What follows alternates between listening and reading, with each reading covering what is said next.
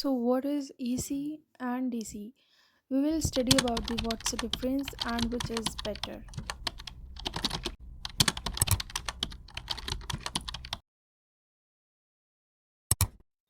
We use electricity every day to power our devices, but have you ever wondered what the difference is between AC and DC? In this video, we will explore the basics of AC and DC and discuss the advantages and disadvantages of each. Let's start with the basics. AC stands for alternating current while DC stands for direct current. The main difference between the two is the direction that the electrons flow. In an AC circuit, the electrons flow back and forth, constantly changing direction. In a DC circuit, the electrons flow in one direction only.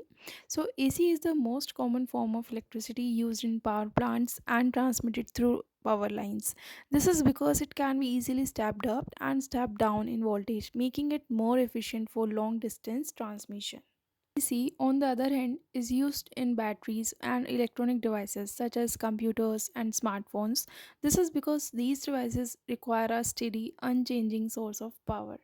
So, friends, which is better, AC or DC? Well, it depends on the application. AC is more efficient for long distance transmission, while DC is better for powering electronic devices. Here are some other advantages and disadvantages of each.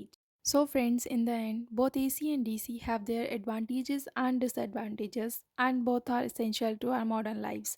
Next time you plug in a device or turn on a light, remember the difference between AC and DC and how they work together to power our world.